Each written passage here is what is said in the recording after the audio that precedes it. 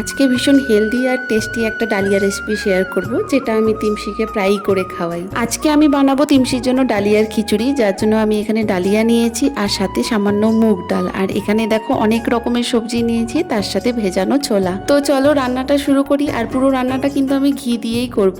কড়াইতে সামান্য পরিমাণ ঘি গরম করে নিয়েছি, তার মধ্যে দিয়েছি গোটা জিরেটা ভালো মতো ভাজা হয়ে গেলে দিয়ে দিয়েছি কাটা সবজিগুলো। এখানে কিন্তু অনেক রকমের সবজি আছে, সবজিগুলো দিয়েই তার মধ্যে পরিমাণ মতো লবণ আর হলুদ দিয়ে সবজিগুলো একটু নাড়িয়ে নিয়েছি। তার মধ্যে ধুয়ে রাখা ডালিয়া আর মুগ ডালটা দিয়ে কিছুক্ষণ ভাজা ভাজা করে নেব। তোমরা চাইলে মুগ ডালটা আগে ভেজে একটু ধুয়ে নিতে পারো, যার ফলে কিন্তু টেস্টটা আরো ভালো হয়, কিন্তু আমি আজকে তা করিনি। আমি এমনি কাঁচা মুগ ডালটাই দিয়েছিলাম। সবজি আর ডালিয়াটা ভালো মতো একটু ভেজে নিয়ে তারপরে জল দিয়ে দিয়েছি, আর তারপরে পুরো রান্নাটা আমি ট্রান্সফার করেছি কিন্তু প্রেসার কুকারে।